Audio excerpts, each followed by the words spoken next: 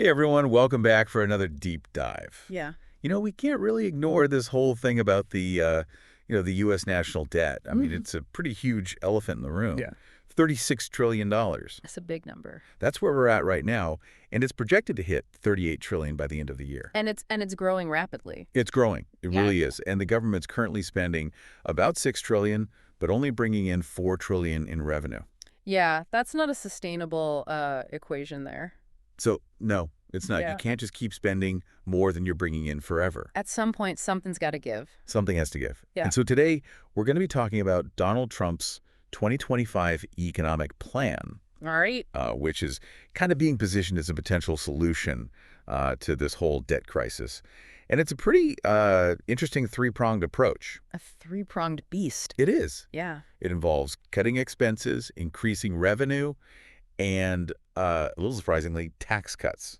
Yeah, which on the surface doesn't seem to make sense, right? It doesn't, but we'll get into that. Get into the detail. We will get into that, yeah. Yeah. So in order to understand this, we're diving into Grok 3's report, Trump's economic plan, debt, tariffs, and taxes. Excellent source. It is a really good source, and it's based on a really fascinating, brutally honest dive that Mohammed Adani's did on Twitter. Yeah. So our mission today is to kind of go beyond the headlines, figure out, is this plan actually a lifeline, a real way out? Yeah.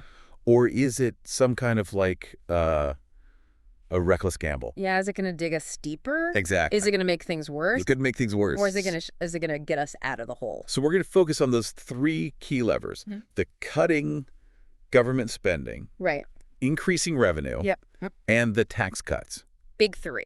They're the big three, yeah. Yeah. And as we dig in, I think you'll find some interesting, kind of nuances within each of those. Oh, yeah. Lots of surprises. Lots of surprises. But before we even get there, let's just talk about the scale of this problem, right? Let's talk about that $36 trillion national debt. That's a lot of money. It's a lot of money. More money than most of us can even comprehend. Our source points out that's roughly $108,000 Per person. for every American. That's me. That's you. That's you, that's me. That's all of us. That's crazy. That's our share. And then, we talk about interest payments. Right. On this debt, they're going to reach $1.2 trillion this year. Which is more than we spend on. That's more than we spend on Medicare or national defense. Yeah, think about that. That's crazy, right? We're paying more to service the debt than we are to protect ourselves or take care of our health. It's like paying more for the interest on your credit cards Exactly. than you are for, rent and food. Yeah, than you are for your living expenses. Yeah. It's not a sustainable path. No, it's not. And what's even more striking is how fast it's growing. This $2 trillion deficit that's projected this year, it's not a one-time thing. No. It's a trend. It's a trend, yeah.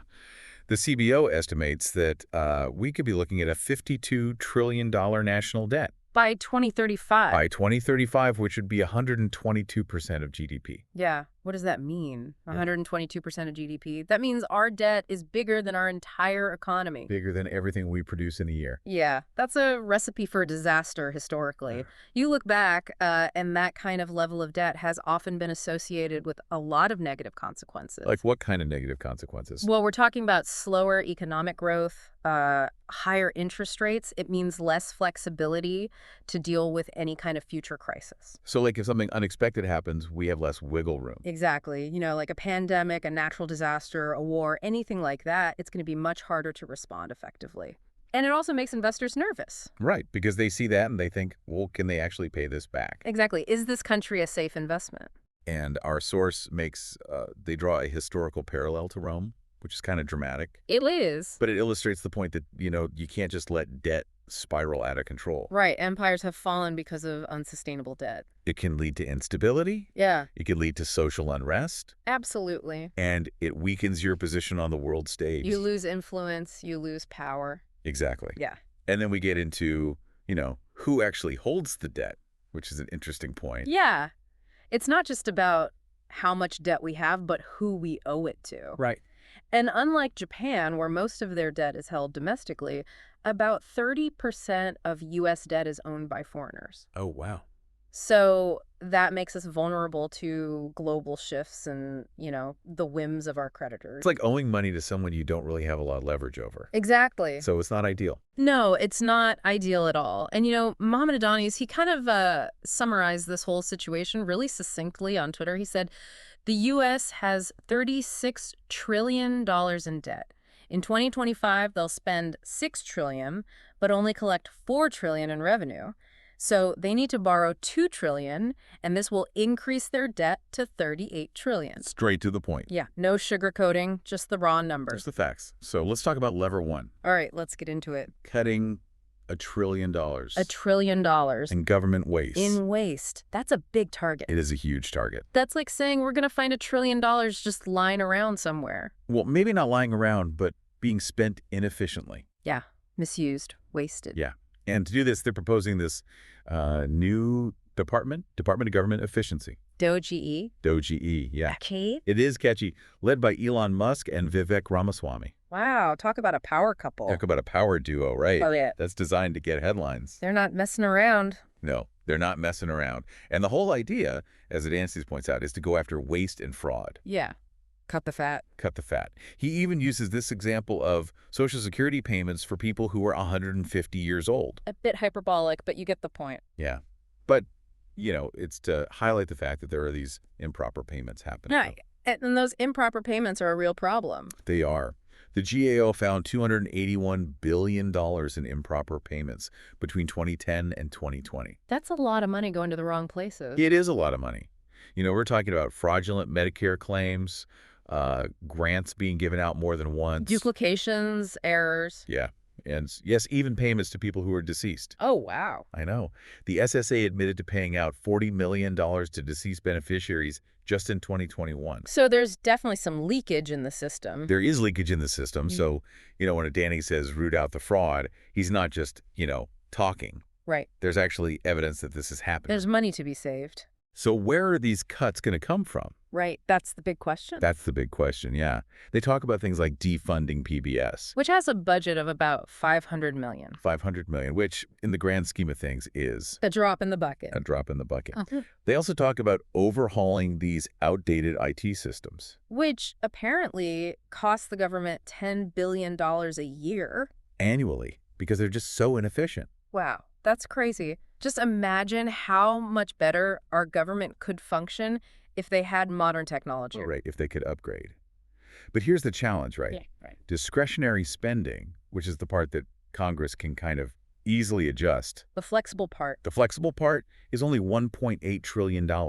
Okay. And about half of that goes to defense. So that leaves very little room to maneuver. It does. And that makes finding $1 trillion in cuts really, really difficult. Especially if you don't touch the big entitlement programs. Especially if you don't touch the big ones. Social Security. Social Security. Medicare. Those are the big ones. $1.4 trillion for Social Security.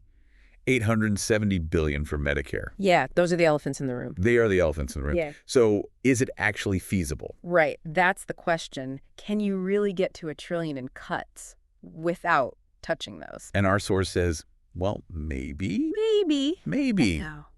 They propose this idea of significant cuts across the board. Okay, so everything gets a haircut. Everything gets a haircut. 10% reduction across all discretionary spending. Okay. They talk about, pincher for waste in the Pentagon budget. Right. $100 billion, they say, is wasted there? $100 billion, and then they say, $50 billion lost to welfare fraud. Okay. So you add that up, that starts to get you closer to the trillion. Yeah, but those are all big ifs. They are big ifs. Yeah. But then they also bring up Elon Musk's track record at Twitter. 80% staff reduction. He's not afraid to make cuts. So that suggests he might be willing to be pretty drastic. Right, but government is not the same as a private company. No, it's not. You can't just slash and burn the same way. You can't just slash and burn. You're right. And then they bring up this example of the UK's austerity measures in 2010. Oh, yeah. 20% reduction in public spending. Wow, that's drastic. It was drastic. What happened? Well, it did reduce the deficit, but it also led to a significant slowdown in the UK's GDP. So it's a trade-off. You can cut spending, but it might hurt the economy. It might hurt the economy. There's no easy answers here. No easy answers. So that's the first lever, cutting spending. Right. Let's move on to lever 2. Okay, what's next? The revenue rocket. Revenue rocket. Boosting government revenue by $1 to $2 trillion. Okay, how do they plan to do that?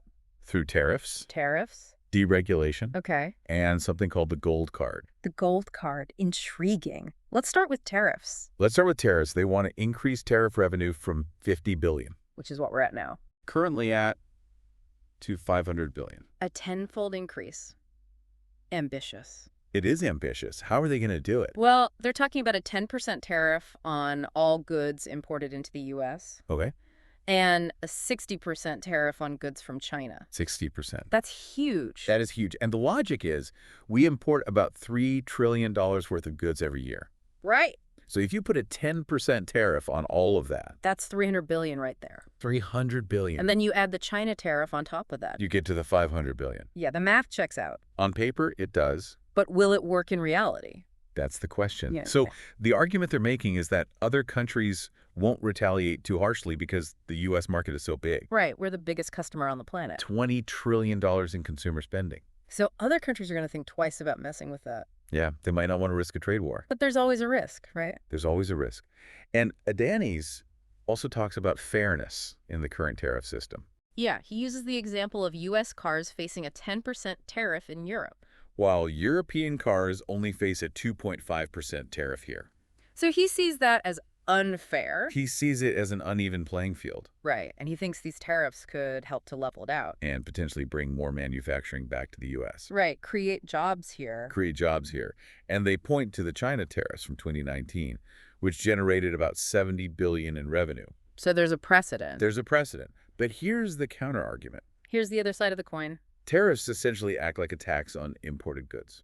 Which means higher prices for consumers. Higher prices for everyone. And the Peterson Institute estimates that a 10% tariff could increase the average household's expenses by $1,200 per year. Ouch, that's a significant hit to the wallet. It is. And then, there's always the risk of retaliation. Right. What if other countries put tariffs on our exports? We saw what happened with the farmers when China retaliated before. Yeah, they were hit hard. So it's a risky game. Moody's Analytics does say it could create 1 million jobs in the U.S. Okay, so there's a potential upside. There's a potential upside. But it's a balancing act. It's a balancing act. You have to weigh the risks against the potential benefit. Exactly. So that's tariffs. Now let's talk about deregulation. All right, deregulation. What's the plan there? The idea is to cut back on regulations. Less red tape, less bureaucracy. Less red tape. Make it easier for businesses to operate. Okay, I can see the appeal of that. They're actually proposing to cut 10 regulations Goodness. for every new one implemented. Wow, that's aggressive. It's very aggressive. And they point to the $11 billion in savings from rolling back Obama-era regulations during Trump's first term. Okay, so they see that as a model. They see that as a model. And the logic is fewer regulations lead to more business activity, More investment, which leads to economic growth. economic growth, which then leads to more tax revenue. Okay, so it's a trickle-down effect. It is a trickle-down effect. But does it actually work that way? Well, the Tax Foundation estimates that policies like full expensing, Full expense act. allowing businesses to immediately deduct the full cost of new investments, Oh, okay. could boost GDP by 1.1% Okay. and generate an additional $710 billion in federal revenue over a decade. So there's some potential there. There's potential. But what about the downsides? The downsides. You know, less regulation often means fewer environmental protections. That is a concern. Critics say it could lead to more pollution. More drilling. More drilling. Fewer emissions caps. Yeah, that's a big concern for a lot of people. It is a big concern. So that's deregulation. And then we get to this really interesting idea of the gold card. The gold card. This sounds fascinating. It is fascinating. They want to offer lifetime U.S. residency. Lifetime U.S. residency to anyone. To anyone who's willing to pay $5 million. $5 million. $5 million. One-time payment. Okay, that's a lot of money. It is a lot of money. But there are a lot of wealthy people out there. There are 62 million millionaires globally. Wow, so there's definitely a market. There's definitely a market. And they estimate that if just 200,000 people take advantage of this, That's $1 trillion right there. $1 trillion in revenue. Yeah. But, that's a very optimistic projection. Right. Will that many people actually be willing to pay that much? What about tax obligations in their home countries? Yeah, they might have to pay taxes there too. And there's also the potential for more scrutiny. Right. If you suddenly show up with $5 million, people are going to want to know where you got it. They're going to ask questions. So it's not as simple as it sounds? No, it's not as simple as it sounds. Yeah. Our source proposes a more conservative estimate of $250 billion. Okay, that's still a lot of money. It is a lot of money. But a lot less than $1 trillion. A lot less than $1 trillion. And they point to Canada's former investor visa program, Okay. which generated about $8 billion in revenue. All right, so there is some precedent for this kind of thing. There is some precedent, but, the U.S. is obviously a much bigger market. Yeah, and the conditions are different. So it's hard to say how successful it would actually be. It's definitely a gamble. It is a gamble. So that's the revenue rocket. Cutting spending, raising revenue. What about those tax cuts? The tax cuts, the third lever, The counterintuitive one. it does seem counterintuitive. Especially with all this debt we're talking about. Exactly. But they're proposing to eliminate income taxes. Eliminate income taxes. For individuals earning under $150,000 a year.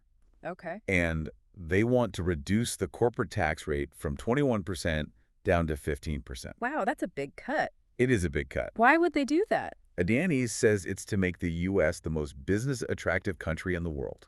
Okay, I can see that logic. A lower corporate tax rate would definitely attract businesses. Attract businesses. Oh. And, a 15% corporate tax rate would be significantly lower than a lot of other developed countries. Especially in Europe. Especially in Europe. France is at 25%. Yeah, Germany's at 30%. Germany's at 30%. So it could create a big incentive for businesses to come here. Right. Invest here, create jobs here. Invest here, create jobs here.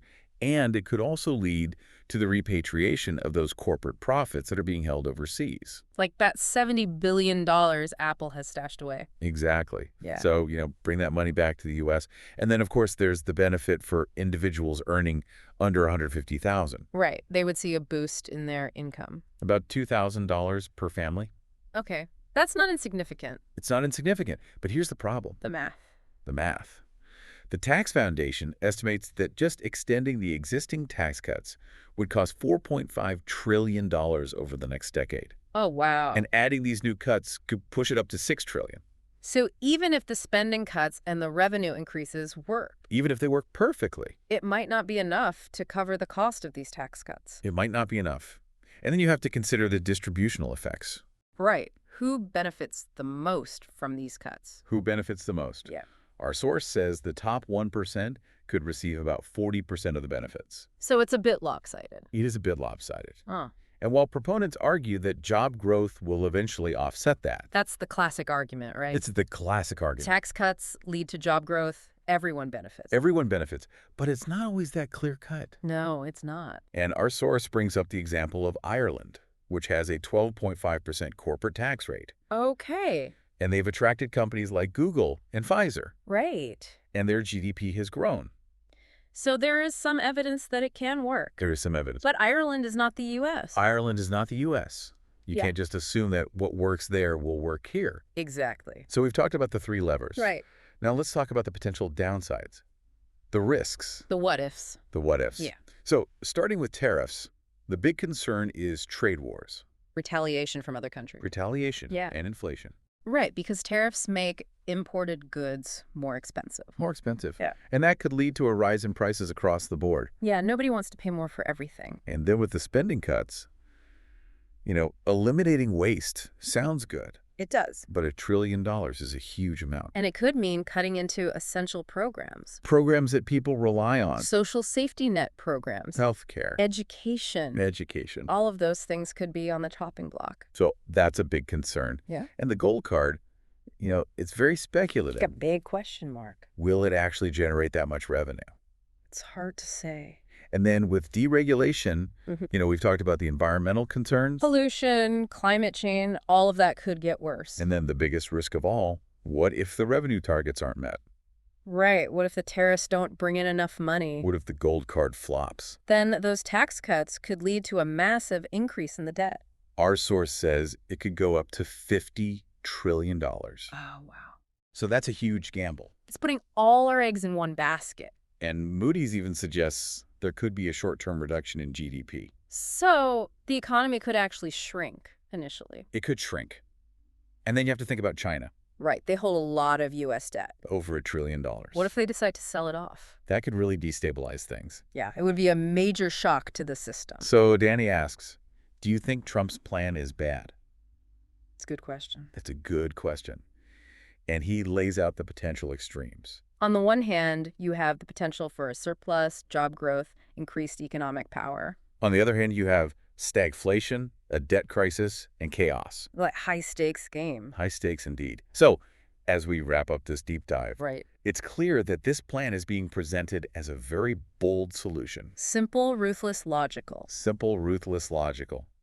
And Adani's seems to think it's a good model for how government should operate. Cut waste, boost revenue, then cut taxes. In that order. In that order. But the success of this plan really depends on a lot of factors. The global economy, the reaction of other countries, and of course, how effectively it's actually implemented. Absolutely. So our source gives us some actionable steps. Okay, what can we do? First, keep an eye on DOGE. The Department of Government Efficiency. See if they actually hit that target of $500 billion in savings by 2026. That's a good benchmark. Second, monitor the impact of the tariffs. Look for a decrease in imports and an increase in jobs. If imports go down by 10% and jobs go up, that might be a sign that it's working.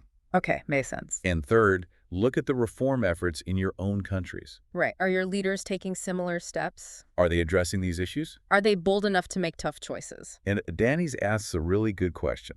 Do you have leaders with backbone, charisma, and clarity of vision? That's a great question to ask ourselves. It is, because it goes beyond this specific plan. Right. It's about the kind of leadership we need to navigate these complex challenges. Exactly.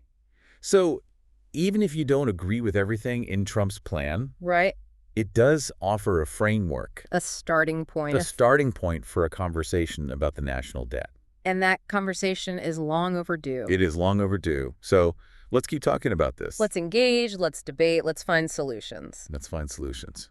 And with that, a big thank you to Mohammed Adanis for his Twitter post that sparked all of this. Yeah, his analysis was really insightful. It was. And thanks to you all for diving deep with us. See you next time. See you next time.